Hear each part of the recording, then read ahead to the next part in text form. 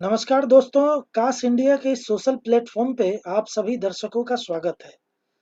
एक बार फिर से मैं एक अलग कुछ लीक से हट के जानकारी आपके लिए लेकर आया हूँ। इस बार जो जानकारी है वो थोड़ी खास है, ऐसे लोगों के लिए जो खास तौर से एंकाइलोजिंग स्पॉन्डिलाइटिस से तो पीड़ित हैं ही, लेकिन विशेष मायने उन लोगों के लिए रखता है जिनका पोस्चर थोड़ा कर्व हो चुका है, यानी वो इस तरीके से झुक चुके हैं। हमारे साथ इस वक्त जो विशेषज्ञ हैं वो भी काफी नामचीन हैं और देश के एक प्रतिष्ठित अस्पताल से ताल्लुक रखते हैं। हमारे साथ मौजूद हैं डॉक्टर मोहित, जो सफदरजंग अस्पताल के स्पाइन सर्जरी यूनिट से बिलोंग करते हैं और देश के जाने माने स्पाइन सर्जन हैं। डॉक्टर साहब, आपका कार्यक्रम में बहुत बहुत स्वागत है। नमस्कार। दोस्तों, आज हम जिस विषय पे बात करने वाले हैं उस विषय में विशेष तौर से एक नई चीज आपके लिए लेकर आए हैं जो कि आप जैसे लोगों के लिए को जानना चाहिए। न केवल एड्स मरीज को जानना चाहिए, बल्कि उनके परिजनों को, उनके दोस्तों को, उनके मित्रों तक को जानना चाहिए। दोस्तों, घटना कभी भी हो सकती है और इस घटना का ही एक अंग है दुर्घटना। वो बिना कहे हो सकती है। तो भगवान न करे किसी की जिंदगी में ऐसी कोई तकलीफ आए, लेकिन चूंकि इसका कोई भरोसा नहीं कि किसके साथ कब क्या हो जाए, इसलिए पहले ही आगाह करने की कोशिश मैं कर रहा हूँ इस कार्यक्रम के जरिए।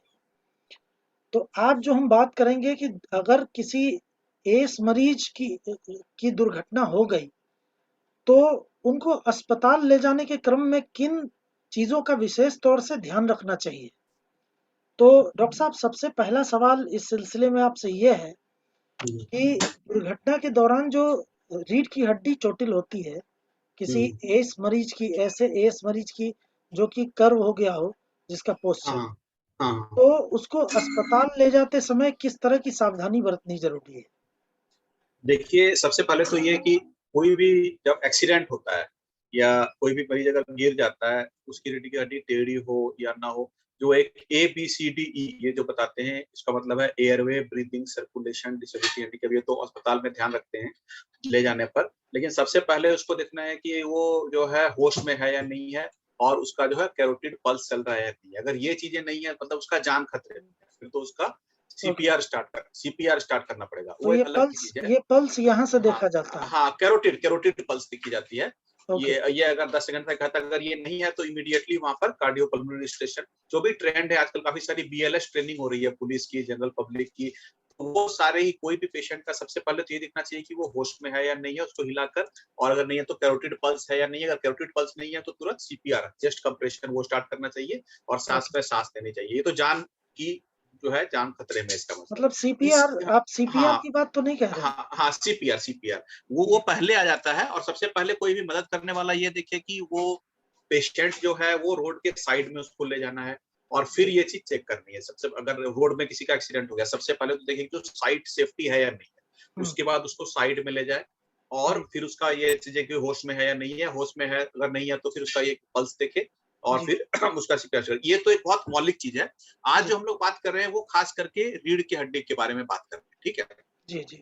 उसके बाद मान लीजिए पेशेंट का सीपीआर स्टार्ट किया और उसने में हमने एम्बुलेंस को कॉल कर दिया। अगर सीपीआर वाली हालत है फिर तो वो एईटी वगैरह लगाएगा, वो चीज होगा। अगर पेशेंट होश में है या अपनी चोट नहीं आई है तो उसको ट्रांसपोर्ट करना है, जिसके बारे में आज हम मौलिक बेसिकली चर्चा कर रहे हैं कि जी। ट्रांसपोर्ट कैसे किया जाए किसी भी पेशेंट को जो कि रोड ट्रैफिक एक्सीडेंट हुआ है, ठीक है, या घर में सिग्निफिकेंट इसको चोट लगी है। जी। उसको हम लोग मान के चलते हैं कि इसकी जो है रीढ़ की हड्डी में चोट आई हुई है, ये तो मान के ही चलना है, ठीक है। जी। खासकर अगर जी। बेहोश है तो वो तो बता नहीं सकता कि मेरे गर्दन में दर्द है या नहीं, पीठ में दर्द है या नहीं।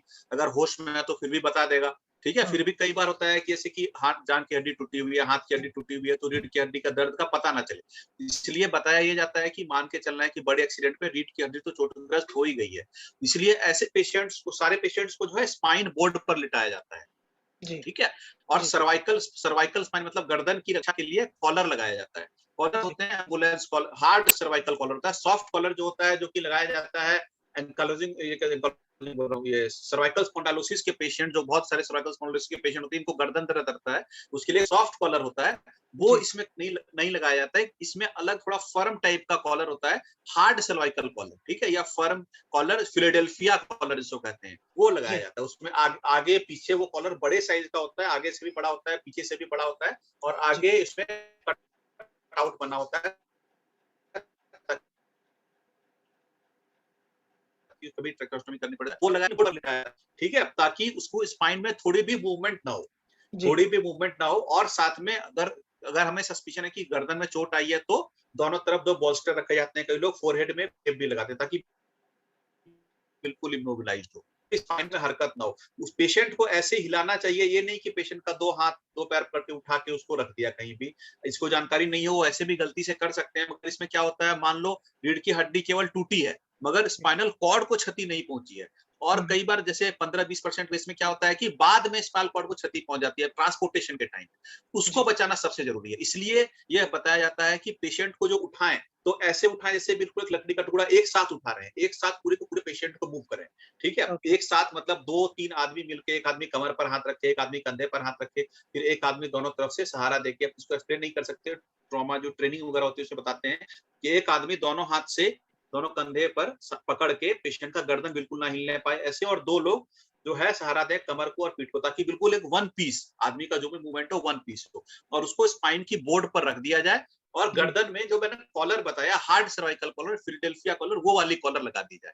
ये ओके, कॉलर और ये चीज स्पाइन बोर्ड ये आजकल हर एम्बुलेंस में अवेलेबल हुँ, होता है, ज्यादातर एम्बुलेंस में, ये दोनों चीजें। इसके बाद साथ में जो फ्रैक्चर अगर सस्पेक्टेड है उसका स्प्लिंटेज, वो तो खैर अलग बात है, जी, ठीक है। जी, अच्छा, जिस पेशेंट का पहले से ही एंकालोजिंग स्पॉन्डिलाइटिस है, ठीक है, जो जी, एंकालोजिंग स्पॉन्डिलाइटिस है, या बूढ़े में एक और बीमारी होती है diffuse idiopathic skeletal hyperostosis, Forestier's disease, उसमें जी, भी रीढ़ की हड्डी थोड़ा टेढ़ा और स्टिफ होता है। और एंकालोजिंग स्पॉन्डिलाइटिस को पहले से ही है, कई बार अगर उसका ट्रीटमेंट सही टाइम पर नहीं हो पाता, रीढ़ का हड्डी उसका टेढ़ा होता है, और टेढ़ा होके वो जो है अकड़ भी जाता है, स्टिफ हो जाता है।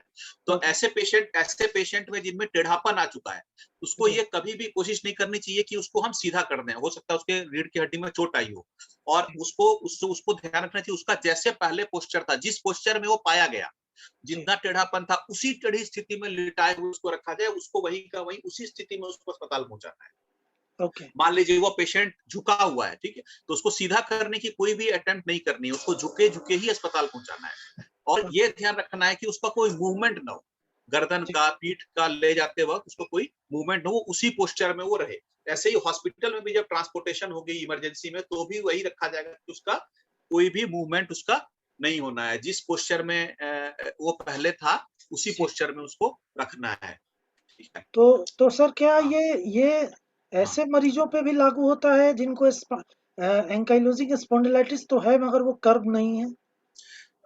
हाँ, देखिए कोई एक एक बात तो ये, जैसे कि नॉर्मल किसी पेशेंट को चोट पहुंचा है, ठीक है, उनको क्या किया जाता है कि सीधे स्पाइन बोर्ड पर लिटा दिया, वो तो सीधा बोर्ड है, और जी, जो है गर्दन में हमने कॉलर लगा दिया, और क्वाड्रुपल इम्बलाइजेशन जो हमने बताया, दोनों तरफ तकिए रख दिए, एक फोरहेड टेप लगा दिया और सीधा लिटा दिया। मगर अगर किसी का हड्डी कर्व है, टेढ़ा है, तो जी, उसमें ये बात ध्यान रखना है कि वो टेढ़े उसको टेढ़ा ही लिटाना है, उसी पोस्चर में लिटाना है, उसमें गलती से उसको सीधा नहीं कर देना है। इस ओके, बात का विशेष, अगर हमारी टेंडेंसी होती नहीं नहीं अब ये सीधा है, कोई बात नहीं, इसको ऐसे ही सीधा लिटा दें, उसको सीधा लिटाने की बिल्कुल कोशिश नहीं करनी। हो सकता है सीधा लिटाने से उसको स्पाइनल कॉर्ड में क्षति इंजरी पहुंचे, हो, जो कि अब तक नहीं पहुंची थी। मैंने ओके, बताया ना 15-20% केस में तो क्षति ट्रांसपोर्टेशन के दौरान हो जाती है, हो सकता है इंजरी के दौरान ना हुई, जी, एक्सीडेंट में बच गया हो तो ट्रांसपोर्टेशन के दौरान, हॉस्पिटल के शिफ्टिंग के दौरान हो जाती है। जी, तो उससे बचाने के लिए ये जरूरी है। जी।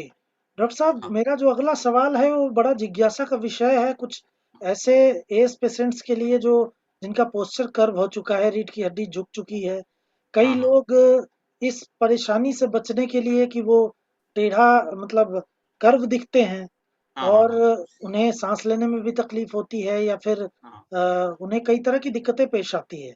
हाँ, तो हाँ, वो प्लानिंग करते होते हैं सर्जरी की। हाँ, हाँ, तो लेकिन साथ में एक डर भी होता है और हम्म, ये जानने की भी जिज्ञासा होती है कि ये सर्जरी होती कैसे होगी। तो हाँ, हाँ, हाँ, थोड़ा-सा आप ज़रा इसको विस्तार से बताएँ कि जो स्पाइन सर्जरी है उसकी ओटी प्रोसेस क्या है सर? हाँ, इसके देखिए सर्जरी क्यों करनी पड़ती है, मैं बहुत ब्रीफ में आपको बताऊंगा। जी, जो इस ऐसे पेशेंट होते हैं जिनका रीढ़ का हड्डी एंकाइलोजिंग स्पॉन्डिलाइटिस के कारण या और किसी कारण से टेढ़ा हो गया है, वो आगे की तरफ झुक गए हैं, ठीक जी, है, एक समय जी, आता है जब वो आगे देख भी नहीं पाते हैं, ठीक है। तो इसकी इस तरह के मरीजों को समस्याएं, चूंकि आज आपने पहला प्रश्न आपने एक्सीडेंट का उठा दिया, ट्रॉमा का उठा दिया, तो उसके बारे में भी मैं बताऊंगा। तो ऐसे पेशेंट आगे की तरफ झुकते जाते हैं, उनके गर्दन में भी अकड़ाहट आती है, कमर में भी अकड़ाहट है, पीठ में भी अकड़ाहट है। तो एक तो आपने जो बताया कि उनको सांस लेने में तकलीफ आ सकती है, ठीक है, एक तो प्रॉब्लम हो। दूसरा, वो चूंकि आगे देखने की क्षमता भी उनकी बहुत कम हो जाती है, आगे का जो फॉरवर्ड गेज होता है, आगे जो सामान है वो अच्छी तरह से नहीं दिख पाता। तीसरी बात, ऐसे पेशेंट में जो है चूंकि रीढ़ का हड्डी पूरा स्टिफ हो चुका है, अकड़ चुका है, ठीक है। तो नॉर्मल अगर कोई आदमी रहता तो उसमें थोड़ा बहुत टक्कर लगने पर इधर उधर वो संभाल के अपने आप को बचा भी सकता है। लेकिन एंकाइलोसिस स्पॉन्डिलाइटिस का मरीज जिसका पूरा रीढ़ का हड्डी अकड़ चुका है, उसके बचने की संभावना भी थोड़ी अपने आप को बचाने की संभावना भी उसकी थोड़ी घट जाती है, उसके रिफ्लेक्सेस जो है थोड़े शिथिल हो जाते हैं। तो इस कारण से ऐसे मरीजों को चोट लगने की संभावना भी एक नॉर्मल पॉपुलेशन की अपेक्षा ज्यादा रहती है, क्योंकि उसको सामने देख भी नहीं पाता ठीक ढंग से, वो अपने आप को पोस्चर को सही एडजस्ट भी नहीं कर सकता, ठीक है। और तीसरी बात, उसकी हड्डी भी, ऐसे मरीजों में ऑस्टियोपोरोसिस भी होता है, तो उसकी हड्डी भी कमजोर होती है। तो एक तो उसकी गिरने की संभावना ज्यादा है, क्योंकि वो सामने ठीक से देख नहीं सकता और एडजस्ट नहीं कर पाता। दूसरा, उसकी हड्डी को चोट लगने की संभावना भी ज्यादा है। एक बात ये। दूसरी बात, उसको जो मरीज सामने नहीं देख पाते, सांस लेने में तकलीफ है, और उसकी क्वालिटी ऑफ लाइफ जो वो खराब हो रही है, चलने फिरने में जो है एनर्जी एक्सपेंडिचर बहुत बढ़ जाता है, टेढ़े मरीज को चलने फिरने में काफी परेशानी आती है। तो इस कारण ये है, कोशिश होती है कि वो अपना डिफॉर्मिटी जो है करेक्ट करा ले। डिफॉर्मिटी करेक्शन के लिए सर्जरी होती है, ये डिपेंड करता है कि उसकी कितनी डिफॉर्मिटी है, ठीक है। कई तरह की ऑस्टियोटोमी होती है, एक है कि स्मिथ पीटरसन ऑस्टियोटोमी या पोंटे ऑस्टियोटोमी होती है अपर डोर्सल स्पाइन में। वो थोड़ी छोटी सर्जरी है इस मायने में कि उसमें केवल पीछे से हड्डी को काट के, अगर थोड़ी डिफॉर्मिटी है 10 डिग्री है, एक लेवल पर करने पर 20 डिग्री, तो 10 से 20 डिग्री, दो लेवल पर करने से 20 डिग्री, एक लेवल पर करने से 10 डिग्री की डिफॉर्मिटी उससे ठीक कर सकते हैं। और ऊपर और नीचे पेडिकल स्क्रू कहते हैं उसको, पेडिकल स्क्रू और रॉड लगाकर उसको जो है सीधा कर देते हैं, ठीक है। इससे ऊपर एक होता है पेडिकल सब्सट्रैक्शन ऑस्टियोटोमी, वो थोड़ी बड़ी होती है, जिसमें L2 लेवल या L1 L2 लेवल या L3 लेवल पर उसको काट के, जो बॉडी होती है वर्टिब्रा की, उस बॉडी को भी काट के और एंगल कैलकुलेट करते हैं कि कितना इसकी डिफॉर्मिटी है, हमें कितना अचीव करना है। डिफॉर्मिटी पूरी सीधी नहीं की जाती, हम इतना अचीव करते हैं कि पेशेंट को अगर मान लो सीधा नहीं दिख रहा है, थोड़ा सीधा दिख रहा है, तो उसकी जो है पोस्चर बहुत ज्यादा टेढ़ी थी तो थोड़ी इंप्रूव हो जाए। ऐसा कभी अचीव नहीं करते हैं कि बिल्कुल नॉर्मल बिल्कुल सीधा हो जाए, ऐसा हमारा एम ही नहीं है होता। उसकी डिसेबिलिटी जो पहले से कम हो जाए, ठीक है। तो उतना एंगल कैलकुलेट करके उसकी जो है हड्डी को काट के निकाल के पीछे से उसको सीधा कर दिया जाता है, और ऊपर और नीचे पेडिकल स्क्रू और रॉड से फिक्स कर दिया जाता है, ठीक है। अब ये सर्जरी जो है, इसको जैसे मैंने बताया पेडिकल सब्सट्रैक्शन ऑस्टियोटोमी, और भी बड़ी-बड़ी सर्जरी है, जैसे बोन डिस्क बोन ऑस्टियोटोमी है, वर्टिब्रल कॉलम रिसेक्शन है, जिसमें केज वगैरह लगाना पड़ता है, आगे की सर्जरीज भी होती है। ऐसे ही सर्वाइकल स्पाइन में भी पेडिकल सब्सट्रैक्शन ऑस्टियोटोमी है। तो चीन ऑन चेस्ट डिफॉर्मिटी, कई लोगों का चीन आगे की तरफ ऐसे झुक जाता है, टेढ़ापन हो जाता है, उसको भी पीछे से ऑस्टियोटोमी, गर्दन की भी ये ऑस्टियोटोमीज होती है। मतलब तो ये सारी, जिनको हाँ काइफोसिस वगैरह हाँ, कायफोसिस है, गर्दन में भी ये सर्जरी डिस्क्राइब्ड है, जी, पीठ में भी, मतलब कमर में भी ये सर्जरी डिस्क्राइब्ड है, ये की जाती हैं। ये सारी सर्जरियां जो है अगर इसमें खतरा तो होता है, कुछ पेशेंट्स का जो है पैर की ताकत घटने की संभावना रहती है सर्जरी के बाद, इसलिए ही हम चाहते हैं कि उसको अगर पूरा सीधा कर दिया तो ताकत घटने की संभावना और भी ज्यादा रहेगी। इसलिए डिफॉर्मिटी करेक्शन भी उतना ही किया जाता है जितना जरूरत हो। जैसे कि कोई बिल्कुल ही झुक गया है, उसकी एनर्जी एक्सपेंडिचर घट गई, बिल्कुल आगे नहीं देख पा रहा, तो थोड़ा सा उसको सीधा कर दिया तो वो आगे दिखने लग जाता है। इसमें भी जो है एंकाइलोसिस स्पॉन्डिलाइटिस का जो मरीज है, उसमें हिप भी इफेक्ट होता है, न केवल स्पाइन बल्कि हिप भी इफेक्ट होता है। तो स्पाइन की सर्जरी बहुत रिलेटिवली जटिल मानी जाती है, और उसमें रिस्क भी है कि पैर की ताकत घटने का, पेशाब पैखाना की ताकत घटने का, पेशाब पैखाने का पता न चले, ऐसा हो सकता है। कोई कॉडा इक्वाना सिंड्रोम होता है, या स्पाइनल कॉर्ड या कॉडा इक्वाना की क्षति पहुंचे तो उससे पैर में ताकत घट सकती है। इसलिए उसको पहले कहते हैं कि अगर इसका हिप भी इन्वॉल्व है तो उसको पहले हिप जॉइंट की रिप्लेसमेंट पहले प्रेफर की जाती है, कि पहले कुछ कुछ डॉक्टर अलग भी मानते हैं, मगर नॉर्मली ये है कि पहले उसकी हिप रिप्लेसमेंट की जाती है, अगर हिप इन्वॉल्व है तो, ठीक है। अगर हिप रिप्लेसमेंट से ही उसकी क्वालिटी ऑफ लाइफ जो है काफी इंप्रूव हो जाती है, ठीक है। फिर देखते हैं कि अब अगर स्पाइन सर्जरी की भी जरूरत है तो फर्दर उसको स्पाइन सर्जरी से भी उसको और सीधा किया जा सकता है। एक और बात मैं बताना चाहूंगा कि कई लोग जैसे प्लान करते हैं कि जिसकी डिफॉर्मिटी हो चुकी है, जिसकी एंकाइलोसिस स्पॉन्डिलोसिस और काइफोसिस हो चुकी है, शहर में रहते हैं, जागरूक हैं और वो प्लान कर लेते हैं कि स्पाइन सर्जन से पहले अपनी सर्जरी जो है करा लें। मगर बहुत से हमारे देश में लोग गांव में रहते हैं और एंकाइलोसिस स्पॉन्डिलाइटिस से पीड़ित हैं, वो लोग सर्जरी नहीं करा पाते और वो लोग पहली बार तभी आते हैं जब मैंने बताया कि जब उनका एक्सीडेंट हो जाता है या रीढ़ की हड्डी टूट गई या उसको टीबी हो गया या कुछ हो गया, ऐसा हो गया। तो जब रीढ़ की हड्डी मरीज की टूट जाती है, ठीक है, अब उसको हो सकता है स्पाइनल कॉर्ड इंजरी हो या ना हो, ठीक है, जी, तो जी, उस केस में हम ये अटेम्प्ट नहीं करते कि ये जो बड़ी-बड़ी सर्जरी जो मैंने बताई ऑस्टियोटॉमी वाली, ये करके उसको सीधा करने का अटेम्प्ट नहीं करते। पहला अटेम्प्ट ये होता है अगर थोड़ी बहुत उसकी रीढ़ की हड्डी झुकी हुई है, तो उसका ऑपरेशन जो है वो हड्डी टूटने के हिसाब से केवल उसको ऑपरेशन करके उसकी हड्डी जो है जोड़ दी जाए। ऊपर 3 लेवल का स्क्रू, नीचे 3 लेवल का स्क्रू रॉड लगा दिया जाए और जो है नस पर अगर दबाव है तो उसका दबाव को हटा दिया जाए। उसको जी, सीधा करने की कोशिश जो है नहीं की जाती। ओके, ठीक है, अगर ओके, बहुत ज्यादा डिफॉर्मिटी नहीं है तो नॉर्मली उसको सीधा करने की कोशिश नहीं की जाती। वो जो पैसे पहले ही जिस हालत में था उसी हालत में उसको पहुंचाने की कोशिश की जाती है सर्जरी, ताकि क्योंकि जो स्पाइन की डिफॉर्मिटी को ठीक करने की सर्जरी होती है वो काफी बड़ी सर्जरी होती है। उसमें आदमी को ब्लड भी अरेंज करना पड़ता है और इम्प्लांट कॉस्ट तो अलग बात है। और उस फ्रैक्चर जब हो गया है तो फिर हमारा एम है केवल फ्रैक्चर को जोड़ना और जो नस दब गई है उस पर दबाव को कम करना। इसलिए ये नहीं सोचना चाहिए कि अगर किसी का फ्रैक्चर हो गया तो उसी टाइम को सर्जरी में सीधा भी कर दें। जी, तो सर्जन का एम कभी ऐसा नहीं होता किसी को फ्रैक्चर हो गया। ये मैं इसलिए बता रहा हूँ क्योंकि कई एंकाइलोसिस स्पॉन्डिलाइटिस जो गरीब मरीज होते हैं वो ठीक कराने नहीं आते, वो फ्रैक्चर होने के बाद भी आते हैं। तो वो ऐसा नहीं सोच सकते कि उस सर्जरी के बाद हमारा रीढ़ सीधा भी हो जाएगा इसी सर्जरी में। वो केवल होती है कि पेशेंट को बिठाने के लिए एक सर्जरी करके हड्डी जोड़ने के लिए, मगर वो टेढ़ा ही रहेगा। ठीक है, मगर हाँ कोई अगर स्पॉन्डिलाइटिस का एंकाइलोसिस स्पॉन्डिलाइटिस का पेशेंट है, काइफोसिस है, वो पहले से उसको प्लान करके उसको सीधा करने की सर्जरी की जाती है, वो एक अलग बात ओके। है। डॉक्टर साहब हाँ मेरे एक हाँ मैं समझ गया, हाँ बताइए। जी, एक और विशेष सवाल है आपसे, हाँ क्योंकि हाँ ये सर्जरी का एक बहुत अहम प्रोसेस है। हाँ हाँ आम तौर पे ये देखा जाता है कि जो एज पेशेंट हैं, वो किसी और सर्जरी के लिए जाते हैं। हाँ सपोज़ हाँ सपोज़ हाथ में फ्रैक्चर हो गया, उसकी हाँ सर्जरी होनी है या हाँ हिप जॉइंट की सर्जरी होनी है, हाँ तो हाँ उसमें उनको एनेस्थीसिया देना पड़ता है, जनरल एनेस्थीसिया।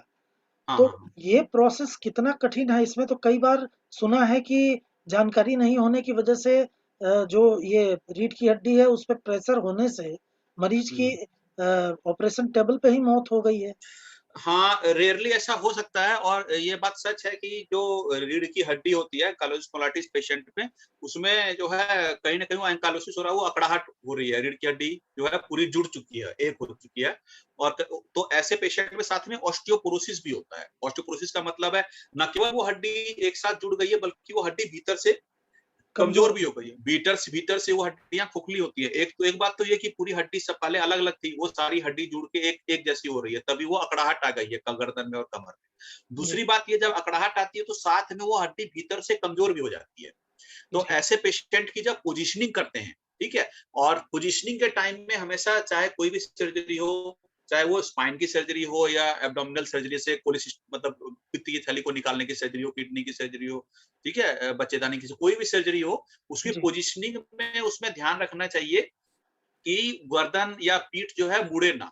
और उसके ओके, ट्रांसपोर्टेशन में मतलब पेशेंट को ओटी टेबल से नॉर्मल टेबल में शिफ्ट करने में, नॉर्मल टेबल से ओटी टेबल में शिफ्ट करने में बहुत ज्यादा विशेष सावधानी की जरूरत है। जो प्रिकॉशंस मैंने पहले बताए थे, जी, जैसे वो मरीज टेढ़ा है तो उसको वैसा टेढ़ा ही रखना है, उसी क्वेश्चन में इन टोटो मतलब पूरे मरीज को एक तरह से उठाते हुए 3-4 लोग मिलके जो है ट्रांसफर करें मतलब मेन टेबल से ओटी टेबल पर। हाँ अगर वो इस तरीके से हाँ कर्व है तो उसको हाँ कर्व ही हाँ रखा जाए। हाँ, कर भी रखा जाए और उसी पोजीशन में उसको सावधानी से ट्रांसफर किया जाए। ऐसा भी देखा गया है कि ट्रांसफर करने के टाइम में फ्रैक्चर हो गया।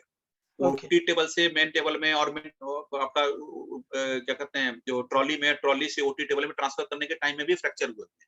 दूसरी बात, जो हम इंट्यूबेशन करते हैं, एनेस्थेसियोलॉजिस्ट करते हैं, तो जी, उस टाइम में भी इंट्यूबेशन के लिए कई मैनूवर होते हैं, मतलब गर्दन को एक्सटेंड करना पड़ता है, सीधा करना पड़ता है कई बार। तो उस टाइम में जरूरत है कि उसको वैसा कोई मैनूवर उसमें अलाउड नहीं है जिसमें कि गर्दन को थोड़ा भी टेढ़ा करना पड़े, क्योंकि हो सकता है वो टेढ़ा करने में, मुड़ने में फ्रैक्चर हो जाए, इसलिए वैसा नहीं किया जाता। उसमें जी, इस तरह के केस में वीडियो लेरिंगोस्कोपी या एंडोनेजल इंट्यूबेशन, एंडोस्कोपी जो होती है, वो जी, फैसिलिटी जो है एनेस्थेसियोलॉजिस्ट प्राय तैयार रखते हैं। इसलिए ओके, कोशिश करनी चाहिए कि ऐसे मरीजों का ऑपरेशन वैसे सेटअप में हो जहां पर एनेस्थेसियोलॉजी की भी एडवांस फैसिलिटी, जो मैंने बताया, वीडियो लैरिंगोस्कोपी हो गया, और मरीज को एंडोस्कोपिक मरीज फैसिलिटीज। हाँ मरीज को पहले जो है ये हाँ बताना हाँ भी जरूरी होगा कि उनको एंकाइलोजिंग स्पॉन्डिलाइटिस है। हाँ, बिल्कुल। कई लोगों को पता नहीं होता, प्राय तो ये तो पता होता है कि मेरी बचपन से ही चाल इस तरह की है, मतलब बचपन से थोड़ा बड़ा होने पर धीरे-धीरे मैं झुकता गया, ठीक है? जी जब जब जवान था तभी थोड़ी मेरे कमर में दर्द हो गई, धीरे-धीरे मैं झुकता गया, अकड़ाहट थी, ये तो पड़ा। लेकिन ऐसी कोई बीमारी है और मेरा ऑपरेशन और मेरे बेहोश करने में भी खतरा है, ये सब कई बार पता नहीं होता। तो ये चीज़ें 2-3 बार समझानी पड़ती हैं कि हो सकता है आपको शिफ्ट करने में भी दिक्कत आ जाए, आपके साथ विशेष सावधानी बरतने की ज़रूरत है। अच्छा तो एनेस्थीसिया। हाँ, जी, बताइए। ऐसा भी होता है क्या डॉक्टर साहब कि जैसे हाँ, सर्जरी के लिए उनको जनरल एनेस्थीसिया दी गई किसी हाँ, हाँ, मरीज को, हाँ, हाँ। और उनको जो है बीच में अचानक होश भी आ गया, तो फिर तो पेन होगा उनको? हाँ, देखिए, ऐसा अगर एनेस्थीसिया से लाइट हो रहा है, वो तो कोई बात नहीं, वो तो एनेस्थीसियोलॉजिस्ट वो मॉनिटर करते रहते हैं, फिर दोबारा दवाइयाँ दे देते हैं। जी ठीक है? उसको जो है बेहोश किया जाए। आपने एक अच्छी चीज़ पूछी है, जी जो अभी मैंने बताया, आपने एक प्रश्न उठा दिया, उससे रिलेटेड चीज़ें मैं बता रहा हूँ। एक होता है वेक अप टेस्ट। ओके जो पेशेंट को बचाना बहुत ज़रूरी है। आपने उससे रिलेटेड प्रश्न उठाया, इसलिए मैं बता रहा हूँ। जो जी स्पाइन की सर्जरी आपने पूछी रीढ़ की हड्डी को सीधा करने के लिए, इसकी रीढ़ की हड्डी टेढ़ी हो गई है। रीढ़ जी की हड्डी जिसकी टेढ़ी हुई है, उसको सीधा करने की सर्जरी बहुत ही जटिल होती है। इसमें रीढ़ की हड्डी की जो नस होती है, बीच में जो जी जाती है, स्पाइनल कॉर्ड या कॉडा इक्वाना, नीचे के पार्ट में L2 के नीचे कॉडा इक्वाना होता है, उसको क्षति पहुँचने के चांस हमेशा रहते हैं। ठीक है? ओके उसके लिए 2 चीज़ें हैं। एक है न्यूरो मॉनिटरिंग, जो आजकल अवेलेबल है। ठीक जी है? जी सोमेटोसेंसरी इवोक पोटेंशियल या motor evoke potential. Somatosensory evoke potential मतलब नीचे से हम स्टिमुलेशन देके देखते हैं कि ऊपर जो है पहुंच रहा है या नहीं करंट। और मोटर इवोक पोटेंशियल मतलब दिमाग में स्टिमुलेशन है, हेड के ऊपर जो है इलेक्ट्रोड लगाते हैं, स्टिमुलेट करते हैं एरिया को। मोटर एरिया मतलब जिससे हमारा जो हाथ पैर चलते हैं, और फिर देखते हैं कि पैर की मांसपेशियों में मूवमेंट हो रही है या नहीं। ये सेटअप हम पहले ही कर लेते हैं, ये चेक ओके करने के लिए कि हमारा मोटर सिस्टम काम कर रहा है या नहीं। मोटर सिस्टम का मतलब हमने दिमाग से स्टिमुलेशन दिया इलेक्ट्रोड से, और पैर में कुछ एक्टिविटी ईएमजी रिकॉर्ड की। और एसएसईपी सोमेटोसेंसरी इवोक पोटेंशियल का मतलब है कि पैर में स्टिमुलस दिया और दिमाग में उसको चेक किया कि वो सिग्नल आ रहा है या नहीं आ रहा है। अगर ये दोनों चीजें ठीक है, मतलब हमारा सब कुछ जो है ठीक चल रहा है। रीढ़ की नस को ज्यादा, रीढ़ की हड्डी की जो नस है उसको क्षति नहीं पहुंची, स्पाइनल कॉर्ड, कड़ाई कोना सब ठीक है। कभी कभी ये दवाइयों की वजह से भी या ब्लड लॉस होने की वजह से भी थोड़ा फर्क पड़ता है, वो हम्म चीजें भी देखी जाती है। मगर तो ये motor evoke potential, somatosensory evoke potential, ये और न्यूरो मॉनिटरिंग करते हैं, और चीजें भी हैं इसमें। जी ठीक है? तो ये फैसिलिटी अगर है तो ये तो अच्छी बात है, ये रहती है हमारे पास भी। जो है जब इस तरह की बड़ी सर्जरी की जाती है, तो हम्म न्यूरो मॉनिटरिंग फैसिलिटी के अंदर की जाती है। पुराने जमाने में ये नहीं थी जब, तो हम्म एक होता था, और अभी भी पेशेंट को बता के रखते हैं, होता है स्टैग्नारा वेक अप टेस्ट, जो आपने बताया, जी उसका नाम है स्टैग्नारा वेक अप टेस्ट। तो उसमें पेशेंट जो है ऐसी सर्जरी के लिए जा रहा है, उसको पहले ही एक्सप्लेन किया जाता है कि आपको सर्जरी के बीच में एनेस्थीसिया को घटाया जाएगा। वो हम आपने ओके बोला ना कि अगर कम हो जाए, तो नोइंगली हम लोग एनेस्थीसिया को घटाते हैं। अगर सर्जन को शक हो कि कहीं ऐसा तो नहीं है कि पेशेंट के पैर की ताकत कमजोर हो रही है, रीढ़ की हड्डी में ऑपरेशन की वजह से कुछ दबाव आ गया, या जी पेशेंट की रीढ़ की नस दब गई है, तो पैर की ताकत कम हो जाए, तो इस स्थिति में सर्जन बोलता है कि अब इसकी एनेस्थीसिया को थोड़ा सा घटाइए। जी एनेस्थीसिया को हटाइए, और पेशेंट फिर ऐसे एक सपने जैसी अवस्था में चला जाता है। मतलब ओके पेशेंट को लगता है कि थोड़ा सा सपना, कोई कुछ बोले तो वो सुन रहा होता है, मगर वो फर्दर कुछ ज्यादा कर नहीं सकता, केवल उसको बताते हैं कि वो कुछ कुछ ना कुछ उसको सुनाई पड़ रहा है। उसको ओके बोला जाता है कि भाई आप पैर चला के दिखाइए, पैर की उंगलियां चलाइए, दाएं पैर की उंगलियां चलाइए, बाएं पैर की उंगलियां चला के दिखाइए। तो हम्म उसमें सोए सोए उसको उंगलियां चला के दिखानी होती है। ओके ठीक है? अगर वो उंगली चला ले तो फिर ठीक है, फिर उसकी सर्जरी आगे प्रोसीड करेगी। हम्म अगर पेशेंट ने उंगली नहीं चलाई, तो मतलब उसका कुछ ना कुछ उसको दिक्कत हो रही है, तो सर्जरी वहीं बंद की जाती है। उसका इंस्ट्रूमेंटेशन वहीं करके, जिस हम्म। स्थिति में है पूरा रीढ़ की हड्डी को सीधा ना करके, उसी स्थिति में बंद कर दिया जाता है। तो फिर इंस्ट्रूमेंटेशन मतलब जो है। फिर वो हाँ, वो पैर जो है उसका जो नहीं चल रहा है, वो फिर हाँ, उसी हाँ। अवस्था में रह जाता होगा? नहीं, नहीं, उसको नहीं, इसका पर्पस ये है, मान लीजिए हमने सीधा किया, जो उसकी रीढ़ की हड हेलो, मेरी आवाज़ आ पा रही है आपको? जी, जी, बिल्कुल सुन रहा हूँ, बताइए। हाँ, हाँ, हाँ। मैं हुँ, इसको समझा रहा था, जो पहले भी मैंने बताया कि जो ऐसे मरीजों की रीढ़ की हड्डी पूरी सीधी नहीं की जाती, क्योंकि ये प्रक्रिया बहुत जटिल होती है। जितना ज़रूरत हो पहले ही प्लानिंग के हिसाब से वो हुँ, सीधी हुँ, की जाती है, एंगल वगैरह नाप के। और जब सीधा करते हैं, उस टाइम खतरा होता है कि रीढ़ जो स्पाइनल कॉर्ड है या कॉडा इक्वाना पर दबाव आ जाए। तो जो ओके, है रीढ़ की हड्डी, अगर नस पर दबाव आ गया, तो वो पैर की ताकत जाएगी, पैर की हुँ, ताकत कम होगी, ठीक है? तो जी, अगर पैर की ताकत कम हो रही होती है, तो फिर जैसा का था वैसा ही कर देते हैं। ओके। फिर हम उसको सीधा करने का अटेम्प्ट नहीं करते, फिर जैसा था वैसा ही वापस करके, और फिर कुछ दवाइयां होती हैं, स्टेरॉइड्स होती है, मिथाइलप्रेडिसोलोन होती है, वो नस की सूजन कम करने के लिए चलाई जाती है, वो भी चलाने की जरूरत पड़ सकती है। ठीक है, साथ में ब्लड लॉस वगैरह उसको ठीक कर देते हैं, तो फिर हम उसको सीधा ही नहीं करते। पता लग गया कि इसको सीधा करके नस जो तनाव को सह नहीं है, उस तनाव को उस पाने की स्थिति में नस नहीं है, तो फिर उसको सीधा नहीं करते। ठीक है, और न्यूरो मॉनिटरिंग का भी यही पर्पस है। और स्टेगनारा वेकअप टेस्ट जो मैंने बताया, वेकअप टेस्ट मतलब वही पेशेंट के एनेस्थीसिया को लाइट करके बीच में जगाया जाता है, उसको बोला जाता है कि आप थोड़ा सा पैर हिला के बताइए। अगर हिला लिया फिर तो ठीक है, तो फिर सर्जरी आपको सीधा कर दिया। अगर नहीं हिला पाया या कोई दिक्कत आ गई, पैर की ताकत कम घट गई, तो फिर जैसी उसकी डिफॉर्मिटी थी वैसे ही रहने देते हैं, और उसी पोजीशन में उसको फिक्स कर देते हैं। अगर काट दिया तो फिर उसी पोजीशन में, काट मतलब ऑस्टियोटोमी करके उसका जो वेज निकाल दिया है, ठीक, तो फिर उसी पोजीशन में उसको फिक्स करना पड़ेगा, सीधा फिर ज्यादा करने का अटेम्प्ट नहीं करें। जो दो ठीक है, तो इंटर हाँ दो हाँ हाँ इंटरकनेक्टेड सवाल और पूछना चाहूंगा इस ओटी हाँ प्रोसेस हाँ की। हाँ हाँ हाँ, बताइए। एक तो ये कि क्या अगर मान लीजिए किसी मरीज की सर्जरी हुई, सफल हाँ हाँ सर्जरी भी हो गई, आपने हाँ उसको हाँ सफल मान लिया, लेकिन पैर की हाँ ताकत उसकी कमजोर हो गई उस हाँ सर्जरी के हाँ दौरान, हाँ तो हाँ हाँ क्या आगे चल के उसके पैर की ताकत ठीक हो सकती है? पहला सवाल। हाँ दूसरा हाँ। ये कि अगर अगर मतलब किसी मरीज की हड्डी, रीढ़ की हड्डी सीधी करने के लिए आप वर्टिब्रा निकालते हैं, तो हाँ उस हाँ क्या उसका हाँ। उसकी हाइट छोटी हो जाती है पहले से? देखिए, वर्टिब्रा निकालने से हाइट में ज्यादा फर्क नहीं पड़ता, हल्का सा फर्क पड़ता है। बाकी जो है उसको सीधा किया जाता है, तो एक्चुअली लगता है कि वो सही हो गया है पहले के मुकाबले। वो ठीक ऐसे नहीं है कि उसकी वर्टिब्रा का एक पूरा वर्टिब्रा तो निकाला नहीं जाता, जो पीएसओ मैंने बताया उसमें जी, पेडिकल और उसका एक छोटा सा वर्टिब्रा का पार्ट निकाला जाता है, पूरे वर्टिब्रा को नहीं निकाला। ऐसा नहीं निकलता है कि उसकी हाइट पूरी छोटी हो जाए, और जी, सीधा होने की वजह से उसकी जो है इंप्रूवमेंट ही होती है उसके पोस्चर में और हाइट में। तो जी, वैसे वो उसकी कद ऐसी बात नहीं है कि छोटी हो जाएगी। हाँ, पीछे से वर्टिब्रा का कुछ पार्ट निकाला जाता है, वो पीछे वाली हाइट कम होगी, आगे जी, वाला हाइट कांस्टेंट रखा है, पीछे वाली हाइट कम होगी, लेकिन उसका पोस्चर जो है इंप्रूव होता है। ठीक है, जी, जो एक मैंने वर्टिब्रल कॉलम रिसेक्शन, वो मैंने सर्जरी बताई, वो बड़ी सर्जरी है, वो प्राय करने की जरूरत नहीं पड़ती है, जिसमें पूरा वर्टिब्रा निकाला जाए। प्राय स्मिथ पीटरसन ऑस्टियोटोमी जो मैंने बताया, या कॉन्टेज ऑस्टियोटोमी जिसमें केवल पीछे के हिस्से काट दिए जाते हैं, या ज्यादा से ज्यादा बॉडी का एक हिस्सा काटा जाता है, पूरी वर्टिब्रा को कभी रेयरली निकाला जाता है वीसीआर में। तो हाइट में बहुत ज्यादा कोई अप्रिशिएबल फर्क नहीं पड़ता, थोड़ा सा चेंज होता है, तो और उसको सीधा क्वेश्चन इंप्रूव होने के कारण वो पेशेंट के लिए ठीक रहता है।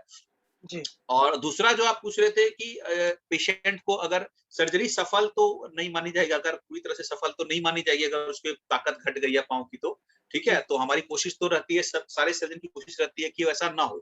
इसलिए ही न्यूरो मॉनिटरिंग जो है रखा जाता है। आजकल जो है रोबोटिक सर्जरी है, पेडिकल स्क्रू डालने के अच्छे तरीके हैं, और ठीक है, 3D प्रिंटिंग है। जी, पेडिकल स्क्रू जो डाल मैंने स्क्रू डालने की तरीके, पहले तो एक तो होता है फ्री हैंड पेडिकल स्क्रू जो सर्जन अपने हिसाब से डालता है, और साथ में सीआर होता है। आजकल उसको डालने के भी नए तरीके हैं, रोबोटिक सर्जरी है, जहाँ 3D प्रिंटेड जिग्स हैं, ठीक है, और नेविगेशन है जो सबसे ज्यादा पॉपुलर है। नेविगेशन है, 3D प्रिंटेड जिग्स हैं, रोबोटिक सर्जरी है, ये सब सर्जरी की पेडिकल स्क्रू बिल्कुल एक्यूरेटली जाए, नस को पहुंचने की डैमेज स्क्रू की वजह से ना हो। दूसरा है कि जो डिफॉर्मिटी करेक्शन है उसको भी बहुत मेटिकुलसली प्लान किया जाता है। और फिर हमारे पास न्यूरो मॉनिटरिंग है, ठीक है।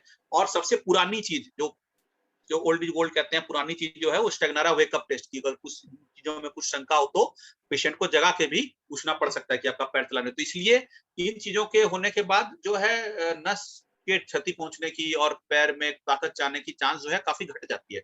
ऐसी संभावना कम है कि पैर की ताकत सच में चली जाएगी। मगर जी, अगर किसी में अगर ऐसा होता है, तो अगर कॉडा इक्वाइनक लेवल पर चोट पहुंची है, तो ऐसी बात नहीं कि कभी वापस नहीं आएगी, वो फिर हुँ, धीरे धीरे, क्योंकि टेम्पोररली वो घटा है, फिर चांस है कि वो बाद में धीरे धीरे वापस आ जाएगा। हो सकता है पूरा वापस ना आए, लेकिन हुँ, वो वापस आता है। जैसे सर्जरी के टाइम में जितनी ताकत घट गई किसी की, जी, बाद में उसको स्टेरॉइड वगैरह चलाया, और समय के साथ उसमें इंप्रूवमेंट होता है।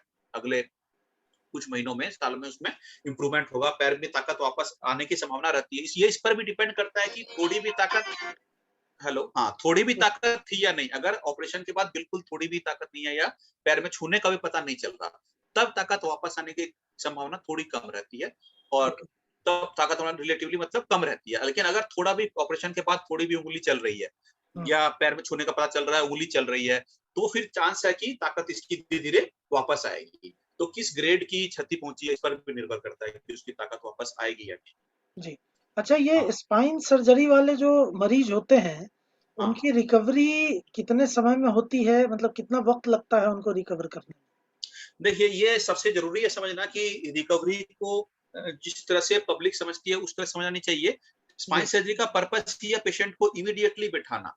अगर ओके, ड्यूरा एक होता है जिसके अंदर हमारा स्पाइनल कॉर्ड होता है, कॉर्ड इक्वाइना होता है, सीएसएफ होता है। तो अगर सीएसएफ लीकेज नहीं है सर्जरी में, ठीक है? हाँ, सीएसएफ लीकेज मतलब कभी-कभी होता है ड्यूरा में थोड़ी क्षति पहुँचने पर सीएसएफ लीक होता है कभी-कभार। तो उसमें पेशेंट को थोड़े दिन लिटा के रखते हैं, मतलब 7 दिन के लिए बेड रेस्ट पर रखा, फुट एलिवेट किया। अदरवाइज़ नॉर्मली स्पाइन सर्जरी के तुरंत बाद पेशेंट को बिठा दिया जाता है। ओके, और अगर चलने-फिरने वाला मरीज है तो अगर अगर सर्जन को कुछ लगता है कि उसको ब्रेस दे दें तो कुछ लोग ब्रेस भी देते हैं। ब्रेस मतलब पेशेंट का नाप लिया जाता है और उसके हिसाब से एक प्लास्टिक का जैकेट बन जाता है आगे-पीछे का। ठीक ओके, है? टीएलएसओ करते हैं, थोरैकोलम्बोसैक्रल ऑर्थोप्सिस या अगर गर्दन तक है तो सीटीएलएसओ। ठीक है? Cervicothoracic lum lum cervico lumbosacral orthosis. ठीक है? तो टीएलएसओ या सीटीएलएसओ वो लगा के उसको बिठाया जाता है और अगर चलने वाला मरीज है तो चलाया जाता है। सर्जरी के इमीडिएटली मतलब अगले ही दिन और सर्जरी का जैसे कि फ्रैक्चर का केस है और उसके पैर में ताकत है। ठीक है? जी, तो ये जी, हाँ, तो एक और बात बता देता हूँ मैं कि अगर नॉर्मल पेशेंट का स्पाइन फ्रैक्चर हुआ है, ठीक है? हुँ, तो हुँ, उसमें कई बार जो है कंजर्वेटिव ट्रीटमेंट भी होता है, लिटा देते हैं, उससे भी ठीक हो जाता है। मगर एंकाइलोजिंग स्पॉन्डिलाइटिस का पेशेंट है, इसमें हल्के वाला फ्रैक्चर जो होता है, सिर्फ कंप्रेशन फ्रैक्चर वो बहुत कम होता है। प्रायः जो है फ्रैक्चर जो है वो थोड़ा डिस्प्लेस्ड होता है, ठीक है? और जी, दूसरा चूँकि उसकी ऊपर की हड्डी भी पूरी एक हो चुकी है, नीचे की हड्डी भी पूरी एक हो चुकी है, केवल बीच में एक फ्रैक्चर है। तो सारा जो मूवमेंट है वो फ्रैक्चर पर ही हो रहा होता है। नॉर्मल आदमी के रीढ़ में कई सारी लेवल पर मूवमेंट होता है, मगर एंकाइलोज्ड किसी का स्पाइन है, मतलब पूरा स्पाइन किसी का स्टिफ हो चुका है, उसमें जहाँ पर फ्रैक्चर हुआ फिर सारा मूवमेंट वही होगा, वहीं पर कंसंट्रेट हो जाएगा, सारा मूवमेंट वहाँ पर होगा। तो इतने मूवमेंट की वजह से उसकी हड्डी के जुड़ने की संभावना जो है काफ़ी घट जाती है, लिटा हुँ, के रखने पर। इसलिए ऐसे पेशेंट्स का जो एंकाइलोज्ड स्पाइन वाले पेशेंट हैं, उसके भले ही रीढ़ की हड्डी की नस दबी हो या ना दबी हो, उसको ऑपरेशन ही करा लेना उसके लिए ठीक होता है। ओके, उसके लिए मतलब इंडिकेशन है कि उसको सर्जरी कर ही दी जाए। ताकि ओके, अगर उसकी रीढ़ की हड्डी टूटी है, मगर उसका नस बच गया है, तो उससे एक तो उसकी हड्डी जुड़ने की संभावना ठीक हो जाएगी और दूसरा उसका नस भी बच जाएगा। नहीं तो हो सकता है वो ट्रांसपोर्टेशन में घर जाने में उसका हड्डी जो है डैमेज हो जाए। ब्रेसिंग भी एक जो मरीज टेढ़ा है, उसकी ब्रेसिंग भी कितनी सही हो पाएगी इसका कोई गारंटी नहीं है और ब्रेस उसको कितना चोट से बचा पाएगा इसकी गारंटी नहीं है। इसलिए जिसकी स्पाइन जो है वो एंकाइलोज्ड है, वो सर्जरी करा लें तो थोड़ा ठीक सही रहता है मतलब उसके लिए और उसकी हड्डी जुड़ने की संभावना भी रह जाती है और उसकी नस भी बच जाएगी, डैमेज आगे नहीं हुआ। दूसरी बात जिसकी हड्डी रीढ़ की हड्डी टूटी है और जिसका नस डैमेज हो चुका है, उसके हुँ, लिए तो ज़रूरी है ही कि वो सर्जरी कराए, उससे उसके रीढ़ के जो है नस है उस पर दबाव हटेगा, दबाव हटने पर उसके थोड़ी पैर में जो ताकत चलेगी उसकी संभावना थोड़ी बढ़ जाएगी, कोई गारंटी तो नहीं होता कि आएगा या नहीं होगा आएगा। ये हुँ, हुँ, तो भगवान की इच्छा है मतलब हम लोग तो केवल यही कर सकते हैं कि उसके जो है हड्डी को जोड़ दिया जाए और उसकी जो है नस दब गई थी हड्डी की वजह से उसको दबाव को हटा दिया जाए। ऐसा होने पर अगर पैर में थोड़ी बहुत भी संभावना होगी आने की तो आने की संभावना ताकत वापस आने की संभावना बढ़ जाती है क्योंकि दबाव जो है नस से हटा दिया जाता है।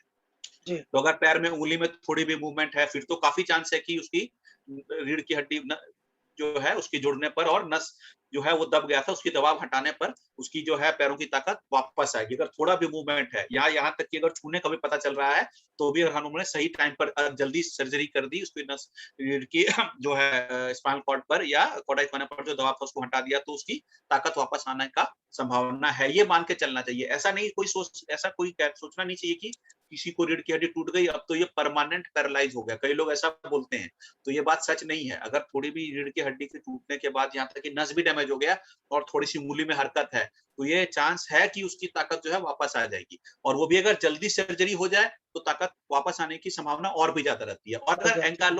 और अगर एंकाइलोज्ड स्पाइन का पेशेंट है, तो और भी ज़रूरी है कि उसकी सर्जरी करानी चाहिए। अगर उसका जो है नस में चोट नहीं पहुँची है, तो भी उसको सर्जरी करानी चाहिए।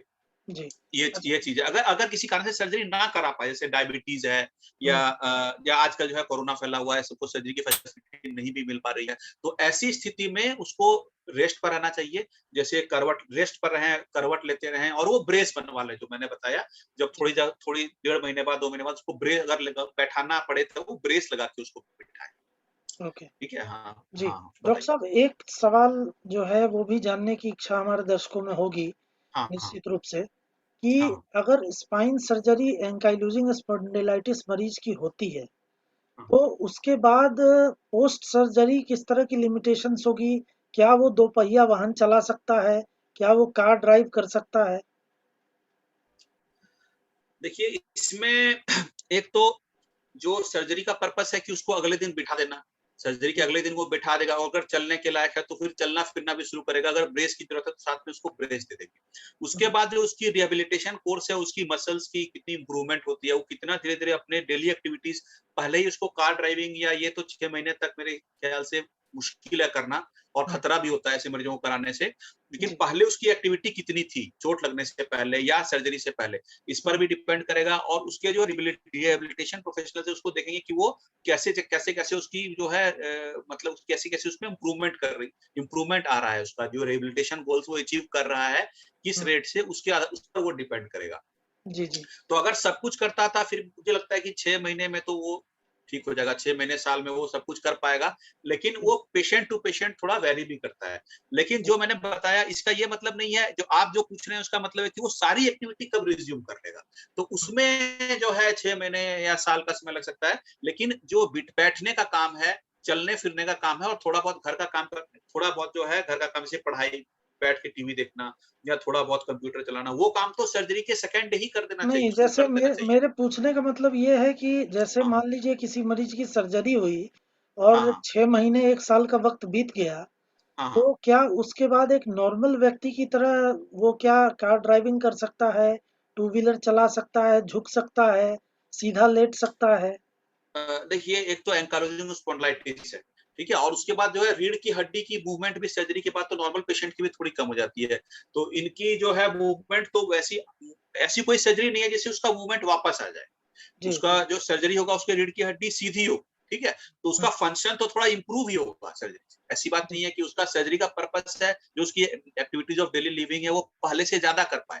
पहले वो बिल्कुल। सामने नहीं देख पाता था, तो अब और अच्छा सामने देख पाएगा, ठीक है? मतलब उनकी और उनकी हाँ, उनकी उनकी जो डेली चलने की जो मूवमेंट है, हाँ, उसमें भी हाँ, सुधार हाँ। आएगा। दूसरी बात हाँ, कि उसमें बिल्कुल, दूस बिल्कुल। दूसरी बात कि बहुत सारे मरीज़ जो है झुकने की वज़ह से खुद को आइसोलेटेड कर लेते हैं कि लोग देखेंगे हाँ, तो क्या कहेंगे? हाँ, ये बिल्कुल झिझक सेल्फ दूर एस्टीम, होगी। हाँ, सेल्फ एस्टीम भी इम्प्रूव होगा, साइकोलॉजिकल बेनिफिट्स हैं उसके। जी, पेशेंट जी। का अगर पेशेंट सीधा हो जाता है तो उसका सेल्फ एस्टीम इम्प्रूव होगा। आगे देखने की क्षमता होने से ही बहुत चीज़ें उसकी जो है ठीक हो जाएँगी। जैसे आप कार ड्राइविंग बता रहे हो या साधन चलने में भी जो उसको गिरने का संभावना था वो घट जाएगा।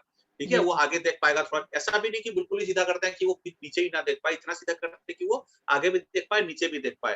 तो उसका जी, जी। सेल्फ एस्टीम इम्प्रूव होगा, साइकोलॉजिकल बेनिफिट्स हैं, साथ में उसकी जो डेली क्वालिटी ऑफ लाइफ वो इम्प्रूव होगी। तो वो आगे के अपने काम कर पाएगा। ये सर्जरी का एम है।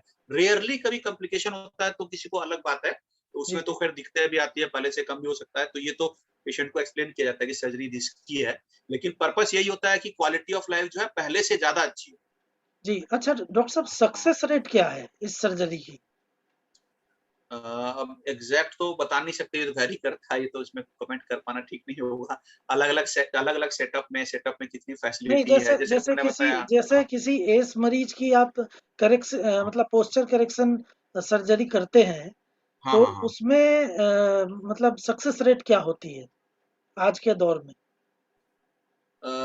मैंने तो अपने जिसमें जैसे आप बता रहे हो कि सिर्फ एज का तो नहीं बताऊँगा, और भी कारणों से, जैसे कि टीबी के कारण किसी की रीढ़ की हड्डी टेढ़ी हो गई, उस जी। कारण से, या सिर्फ कायफ़ोसिस सर्जरी में हुँ, मैंने तो 1 या 2 मरीज़ का ही देखा है जिसकी ताकत घटी हो पैर की। और ओके। जबकि सर्जरी हमारे ओटी में डेली ही होती थी। तो मतलब इसमें कोई जी, हाँ, लेकिन काफ़ी हद रेट तक हाँ, सेफ है। सुरक्षित हो गया है। हाँ, काफ़ी हद तक सेफ है, लेकिन जी, कुछ कुछ मरीज़ होते हैं, मैंने भी देखा है, कुछ मरीज़ों की ताकत घटती है, और हर सेंटर में ऐसा नहीं कि हमारे मतलब प्राइवेट में कराएँ या सरकारी में कराएँ या हुँ, किसी भी हॉस्पिटल में कराएँ, तो उसी में जहाँ तक कि नई फैसिलिटीज़ आने के बाद भी 100% सेफ्टी तो नहीं है। जी, ये बात मान के चलना चाहिए कि सर्जरी में थोड़ा रिस्क तो रहता ही है, ठीक जी, है? जी, मगर रीज़नेबली सेफ है, जो मैंने बताया आजकल जो फैसिलिटीज़ आ गई हैं, अब जैसे हमारे पास न्यूरो मॉनिटरिंग भी है, ठीक है? और बड़े-बड़े सेंटर में रोबोटिक सर्जरीज़ है, आपका जी, नेविगेशन है, ठीक है? जी। तो इन चीज़ों के आने के बाद सर्जरी की सेफ्टी काफ़ी इम्प्रूव हो चुकी है। अच्छा, तो अब ये एक रीज़नेबली सेफ है मतलब। जी, हाँ। एक एक सवाल जो है वो और जिज्ञासा का विषय है, हाँ, वो ये हाँ। है कि सरकारी और प्राइवेट अस्पतालों की तुलना करें, तो हाँ, ये हाँ। स्पाइन की सर्जरी जो है दोनों ही अस्पतालों में खर्च किस तरीके से वैरी करता है? मतलब सरकारी में कितना खर्च लगता है और प्राइवेट अस्पतालों में कितना खर्च लगता है? हाँ, देखिए इसका आंसर मैं थोड़ा विस्तार में दूँगा।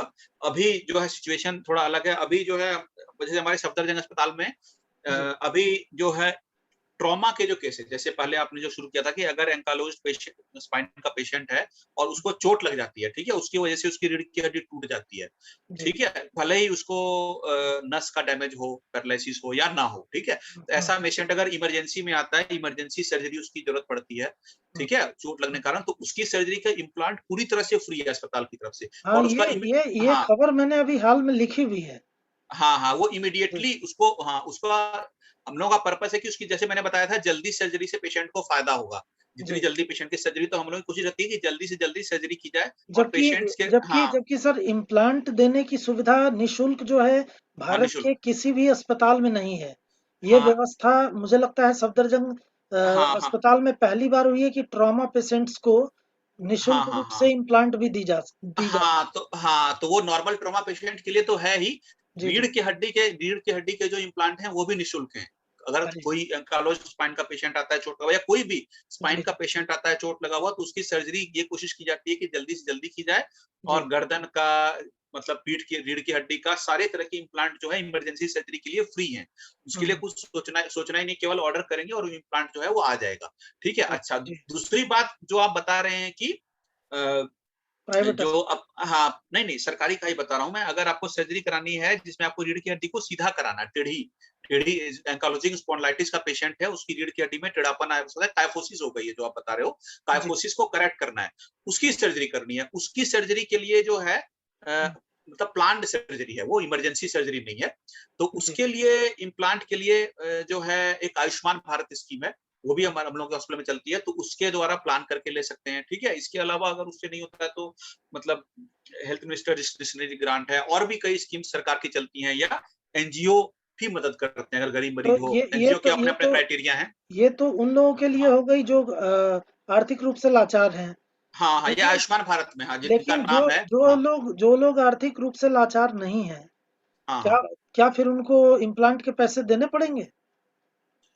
अब ये जो है इस वक्त तो क्या, कोरोना के कारण बहुत सर्जरी कम हो रही है, ये हमारी काफी टाइम से बड़ी बड़ी सर्जरीज रिलेटिवली कम हो रही हैं, मगर हाँ, अगर बिल्कुल आर्थिक रूप से पूरी तरह से सक्षम है, हुँ, ठीक है, तो फिर जो है हुँ, और फिर वो उनके चॉइस पर भी डिपेंड करता है कि वो कैसा इम्प्लांट लगवाना चाहते हैं। जैसे आयुष्मान भारत के अंदर जो हुँ, इम्प्लांट अप्रूव्ड है और जो बढ़िया इम्प्लांट है, वो डॉक्टर निरीक्षण भी करते हैं, वो उनके हिसाब से लगता है। और कई बार कुछ पेशेंट सोचते हैं कि वो प्राइवेट में पहले कंसल्ट करके आए, वो कहते हैं हम यही इम्प्लांट लगवाना चाहते हैं, तो डॉक्टर भी उनकी जो है, उनके बात को मानते हैं, चलो ये ठीक है। तो कहीं न कहीं ये डॉक्टर पर, पेशेंट पर, इन पर भी निर्भर है कि पेशेंट का प्रोफाइल कैसा है, ठीक है? जी, तो जी, जैसे आप सक्षम मरीजों के बारे में बता रहे हो, तो जिनके पास कोई भी स्कीम के लिए वो एलिजिबल नहीं है, तो फिर उनको अपना इम्प्लांट लाना पड़ सकता है। और तो अगर, लेकिन अगर अगर इमरजेंसी केस है, हुँ, फिर उसकी तुरंत सर्जरी होगी, फिर उसको इम्प्लांट मिलेगा, इसमें कोई वो जी, तो अगर किसी को इम्प्लांट लेना पड़े तो उसमें खर्च कितने आने की संभावना है? इसमें भी देखिए, मैं उसमें कुछ क्लियर कमेंट तो मैं दे नहीं पाऊँगा, क्योंकि इसमें वेरिएशन है काफ़ी ज़्यादा। जी, जी, काफ़ी ज़्यादा का सेंस है कि आजकल तो वेरिएशन पहले मतलब कम हो गया है, लेकिन जैसे कि फॉरेन के इम्प्लांट हैं, इंडियन इम्प्लांट्स हैं। अब ये बात तो क्लियर है कि इंडियन इम्प्लांट्स जो है, उसकी क्वालिटी भी बिल्कुल वैसी ही है। इसमें कई स्टडीज़ भी हैं, कई फॉरेन जर्नल्स में भी, कई इंटरनेशनल जर्नल्स में भी स्टडीज़ छप चुकी हैं कि जो इंडिया की इम्प्लांट्स हैं और जो जो फॉरेन कंपनी वाले जो इम्प्लांट बनाते हैं, दोनों का परफॉर्मेंस जो है एक ही जैसा है, दोनों में कोई ज़्यादा फ़र्क नहीं है, ठीक है? तो जी। इंडियन इम्प्लांट जो है, वो भी टाइटेनियम का ही बनता है, ऐसी बात नहीं कि इंडिया में स्टील का बना दिया। इंडिया हुँ, में भी जो वही मेटल है, जो फ़ॉरेन की इम्प्लांट है मेटल है, इंडिया में भी वही मेटल है। तो इसमें कॉस्ट का जो है अलग-अलग कंपनियों का, इंडियन कंपनी से भी थोड़ा कॉस्ट का फ़र्क है, फ़ॉरेन कंपनी से भी थोड़ा कॉस्ट का फ़र्क है, तो और डिपेंड करता है कि कितने स्क्रू लग रहे हैं, ठीक है? रॉड कितना लग रहा है, क्रॉस कनेक्टर होता है, वो लग रहा है या नहीं। तो हर केस अलग है, मतलब कितनी ऑस्टियोटोमी एक लेवल पर करनी है, 2 लेवल पर कितने, मतलब ऊपर 3 नीचे 3, तो 12 स्क्रू हो गए। जैसे ऊपर 3 नीचे 3, 12 स्क्रू हो गया। 3-3 जी। लेवल मतलब 2-2 स्क्रू, तो 12 स्क्रू हो गया, 2 रॉड हो गया और 2 कनेक्टर हो गया। तो इसमें भी मतलब रेंज 40 से 80,000 मतलब रेंज लगा, डिपेंडिंग अपॉन कि कितना स्क्रू लगता है। एग्जैक्ट प्लानिंग ना हर मतलब पेशेंट की थोड़ी मतलब बहुत सर वैरी करती है। मतलब हाँ। सरकारी अस्पताल में हम मान के चलें कि 1 से 1.5 लाख रुपए लग सकते हैं। नहीं, नहीं, 1 से 1.5 लाख तो रेयरली ही लगते हैं। बिल्कुल, जी, अगर जी। सिर्फ़ सिर्फ़ काइफ़ोसिस करेक्शन कराना है, हाँ, अगर आप फ़ॉरेन का, ये तो मैं इंडियन इम्प्लांट का बता रहा था। अगर आप फ़ॉरेन कंपनी का लेते हैं, कोई पेशेंट इंसिस्ट करे, लेकिन हमारा है कि पॉलिसी की, क्योंकि इंडियन इम्प्लांट ही अच्छा पाया गया सारी स्टडीज में, तो ज्यादातर जो है तो इंडियन इम्प्लांट की ये लगने ये का एक प्रेफरेंस बार है। एक बार सर्जरी ये होने लगते के हैं। बाद ये इम्प्लांट क्या लाइफ टाइम रहता है, या फिर हाँ कभी हाँ। उसको चेंज भी करवाने की जरूरत पड़ती है? इम्प्लांट जो है देखिए उसको निकलवाने की कोई जरूरत नहीं है हम्म, कभी। हाँ, जैसे मैंने बताया कि पहले आप रेट का पूछ रहे थे, तो मैंने बताया कि जो इंडियन इम्प्लांट जो है उसमें भी कोई फर्क नहीं है। इंडियन इम्प्लांट और फॉरेन इम्प्लांट में इन्फेक्शन या चुभने वैसा भी कोई फर्क नहीं है।